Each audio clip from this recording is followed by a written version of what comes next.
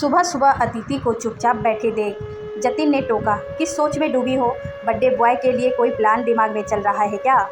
अदिति ने उड़ती सी नज़र उस पर डालते हुए कहा, आज बर्थडे बॉय से कुछ मांगने का मन है।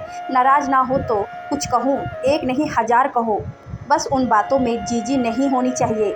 जतिन के लहजे में सहसा तल्खी और ठंडापन भांपकर अदिति हैरान हो गई। कैसे जान गया जतिन की वह तुलिका जीजी के बारे में ही बात करने वाली है? क्या तुम उन्हें कभी नहीं माफ़ करोगे? नहीं, कभी नहीं। और हाँ, तैयार हो जाओ, आज तुम्हें मम्मी के यहाँ छोड़ना है।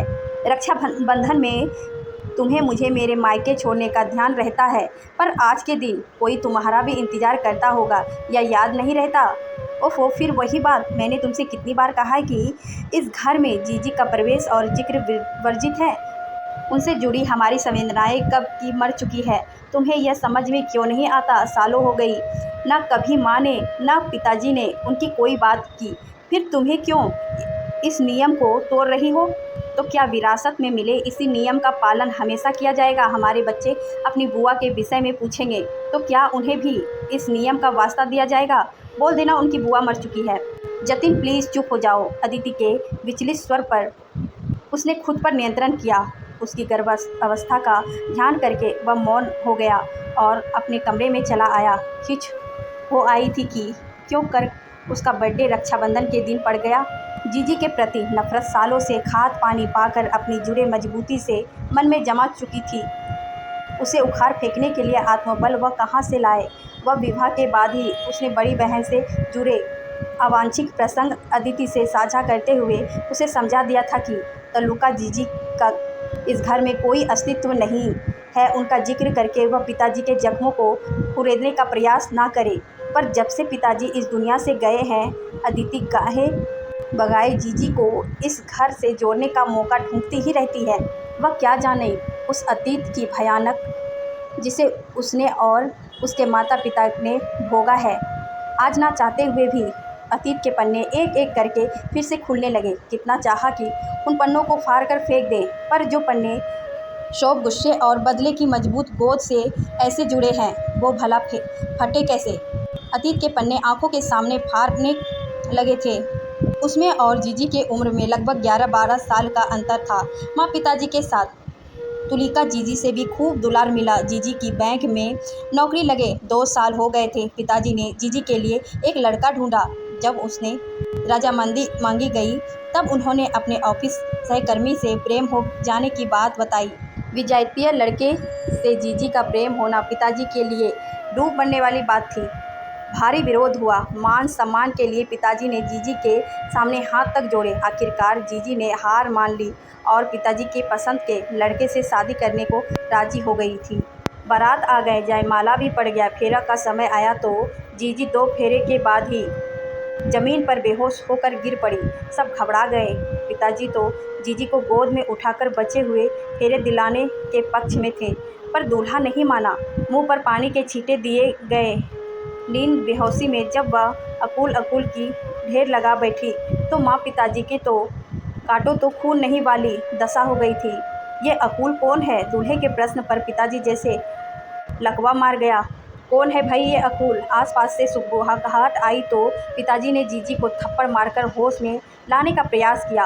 अर्धमूर्छित अवस्था से चेतना की ओर आती जीजी यकायक बिलक पड़ी। ये शादी नहीं करूँगी, अकुल मर जाएगा, मैं भी मर जाऊँगी। थकान से झूलती जीजी लंबी लंबी सांसें लेकर बड़बड़ाने लगी। बारात में आए लोगों का कान खड़े हुए। थोड़ी देर प्रश्नों पर पिताजी टूट गए। आंखें देखी मक्खी निकलने के लिए वर पक्ष के लोग तैयार नहीं हुए। रिश्तेदारी के सामने सच्चाई के खुलने से वह अपनी मट्टी पलीत नहीं होने देना चाहते थे। जो सच्चाई छिपाने और शादी में हुए खर्चे के मुआवजे को लेकर बारात लौट गए। रिश्तेदारों में अप्रत्याशित घटनाक्रम को देखकर खासी चर्चा थी। समझदार मित्रों और हितैषियों ने पिताजी को समझाया, राजेंद्र, मौका की नजाकत समझो। लड़की जिसे चाहती है उसे बिहाने के अलावा कोई चारा नहीं है। माँ का रो रो कर बुरा हाल था। तुलिका जीजी भी रोए जा रही थी और वह माँ, पिताजी और जीजी की दशा से व्यथित रिश्तेदारों के उपहास के विचलित एक कोने में खड़ा थक काँप रहा था। सहसा पिताजी खड़े हुए और जोर से बोले, अकुल को तुरंत बुलाओ। जीजी की सहेलियों की मदद से अकुल के संपर्क साधा गया। बड़े मामा तुरंत गाड़ी लेकर निकल पड़े और जब अकुल को लेकर लौटे तो वह पिताजी के सामने सिर झुकाए खड़ा हो गया। तुम्हें अभी के अभी तलुका से शादी करनी होगी। यह सुनते ही वह उत्साह का संचार हुआ। मंत्र पढ़े जाने लगे तो जीजी के होठों पर कांपती कुछ भय मिश्रित सी मुस्कान आई। माँ तो जहाँ की तहाँ ही बैठी रही। चाची, बुआ व मामा मामी सबके सब बिना एक शब्द मुंह से निकाले शादी की रस्में निभाती रहे। अकुल और तुलिका की अपरिस्थितियाँ गठबंधन की खबर अकुल के घर पहुँचे तो उसके परिवार के लोगों भी आधे अधूरे विवाह के समारोह में शामिल हुए। अजब सा मौन पसरा था। सुबह के लोकाचारा को छोड़कर सीधे विदाई की तैयारी शुरू हो गई। अकुल का एक दोस्त टैक्सी लेकर आया। जीजी सबसे गले मिलकर आंगन से दरवाजे की ओर बढ़ी तो सहसा पिताजी का ऊंचा स्वर पूरे आंगन में गूंजा, ठहरो। और जीजी वहीं भूत की तरह ठहर गई। सबकी नज़र पिताजी पर जम गए। पिताजी की आंखों से आक्रोश के गोले फूट रहे थे। भमगीवा सहसा विकृत सी होती चली गई। मैंने अपनी पुत्री के लिए जो भी गहने कपड़े बनवाए थे वो सब उसने सौंपते हुए बाद यह घोषणा करता हूँ कि आज और इस वक्त से मेरा इसके साथ कोई संपर्क नहीं रहेगा। हम सब के लिए ये मर गई है। माँ और सभी रिश्तेदार संबंध से पिताजी को देखने लगे। अकुल ने जीजी का हाथ पकड़कर टैक्सी की ओर खींचा पर वह हाथ झटककर पिताजी की ओर दौड़ी। पिताजी ने खुद को कमरे के भीतर बंद कर लिया। विदाई में सबकी सूखी आंखों से सैलाब बह उठा। मामा, मौसी, चाचा, ताऊ सब अकुल से मृदुला जीजी को ले जाने की गुहार लगाने लगे। माँ भी किटकिटाती हुई, तू जा, इसी वक्त चली जा, मत आना इधर कभी, कहकर पछाड़ खाने लगी। वह डरा सहमा मेहमानों की चीखती नज़रों से माँ को बचाता हुआ भीतर ले गया। जीजी कब गई, मेहमान कब विदाई हुए, कुछ पता ही नहीं चला। 1.5 साल बाद जीजी अपने 3 महीना की बच्चे को लेकर आए। घर की चौखट पर रखकर माँ पिताजी से उसे कलेजे से लगा लेने की मिन्नतें की, फिर भी उनका मन नहीं पसीजा। फिर जीजी कभी नहीं आई। इस दर्द को सीने में दबाए माँ 3-4 साल के भीतर ही चली गई। माँ से मिलने जीजी आई तो पिताजी ने फिर धुतकारा और माँ के जाने की सारी भड़ास उस पर उतारी। पिताजी और माँ की दशा देखकर उसी भी जीजी से नफरत होती चली गई। वह युवा हो गया। पिताजी बीमार रहने लगे। ऐसे में गाहे बगाहे जीजी मिलने आती तो वह बाहर से ही उन्हें खदेड़ देते। धीरे धीरे जीजी ने अपनी नियति स्वीकार कर ली थी। वक्त सबसे बड़ा महरम होता है और वक्त के साथ ही इस अविच्छित प्रसंग की इबारतें घुमिल हुए। तकरीबन 15 साल बाद जीजी के ब्याह की किट्टू स्मृतियों को बिना खंगाले उसका अदिति के साथ धूमधाम से विवाह हुआ। पिताजी के मन की टिस हल्की पड़ी। विवाह के ढेर पौन 2 साल के भीतर पिताजी भी चले गए। जब इतनी टूटने किसी ने देखी हो तो भला दोषी को क्षमा कर देने वाला दिल वह कहाँ से लाए। आज अदिति के लिए यह कहना आसान है कि जो बीत गया उसे बिसराकर आगे बढ़ो, पर क्या ये इतना सहज है? जब माँ पिताजी बेटी को क्षमा ना कर पाए तो वह उन्हें क्षमा करके उनकी नज़रों में क्यों गुनहगार बने?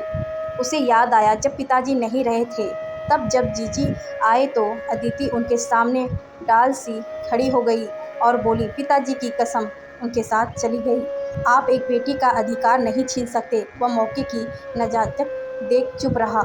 जीजी पिताजी के पैरों से लिपटकर माफ़ी मांगती रही। जब पिताजी के अंतिम प्रयाण के समय वह अदिति से बोला था, जब लौटो तो ये इस घर में दिखनी नहीं चाहिए, कहा तो उसने अदिति से था पर सुनाया जीजी को था। जीजी उस ये में अपने लिए घृणा देखकर कांप उठी थी। जब वह वापस लौटा तो अदिति ने बताया, जीजी देर तक पापा के कमरे में बैठी रही, पागलों इसी कमरे से उस कमरे में घूमती रही थी, पुरानी चीज़ों को छू छू कर देर तक देखती रही थी। कभी माँ की बक्सियाँ खोलती तो कभी पिताजी की अलमारी ढूंढ लिया उन्होंने खुद को।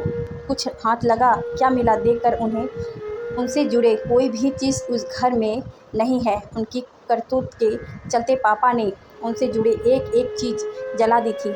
शायद वह खुद को नहीं, माँ पिताजी के एहसास को महसूस करने के लिए छटपटा रही हो। माँ पिताजी ने उन्हें ज़रूरत से ज़्यादा सज़ा दे दी है। अब तुम्हें उन्हें इस घर में और अपने मन में जगह देनी चाहिए। अदिति ने ठंडे स्वर में उसे जवाब दिया तो वह चिल्ला उठा, नहीं, कभी नहीं, ऐसा नहीं होगा। बावजूद इसके अदिति ने सोशल साइंस के माध्यम से जीजी से संपर्क जोड़ लिया और कई मौक़ों पर वह उनसे मिलने का प्रयास कर चुकी है। आज रक्षाबंधन है, भला ये मौका वह कैसे जाने देती। अच्छा उठो, अब देखो तुम्हारे लिए क्या लाई हूँ। विचारों का प्रभाव अदिति के सामने देख कर रुका, जो उसके लिए रंगीन कागज में लिपटा एक गिफ्ट लेकर खड़ी थी। अपने रूठे पति के हाथों में जबरन गिफ्ट थमाकर वह अपने कान पकड़कर माफ़ी मांगने का व्यंग करने लगी तो उस पर ढेर सारा प्यार उमड़ आया। उसे सीने से लगाकर कहने लगा, राखी बांधने नहीं जाओगे क्या? नहीं, आज उत्तम और अभिजीत यहाँ आ रहे हैं, रक्षाबंधन यही मनाएंगे और तुम्हारा बर्थडे भी। वह बोली तो जतिन मुस्कुरा दिया। अदिति के दोनों भाई आए तो घर में रौनक हो गई। राखी बांधवा कर उन्होंने जतिन से केक कटवाया और जोशोरोश के साथ उसका बर्थडे सेलिब्रेट किया।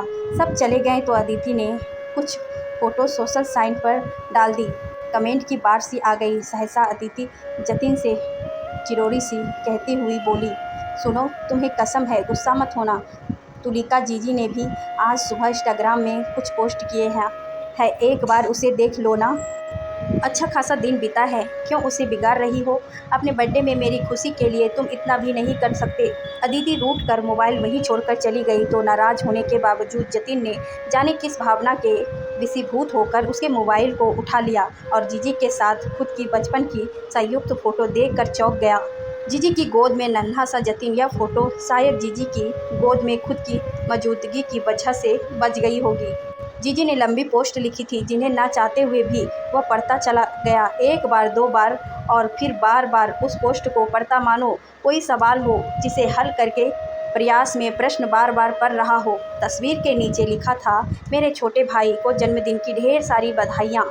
जीजी ने अपने इंस्टाग्राम स्टोरी में आगे लिखा था, उस दिन माँ के पेट में दर्द हुआ, पिताजी उन्हें अस्पताल ले गए। जब वह वापस आए तो पड़ोस वाली आंटी ने हंसकर पूछा, क्या हुआ? पिताजी बोला, लड़का और घर के भीतर चले गए।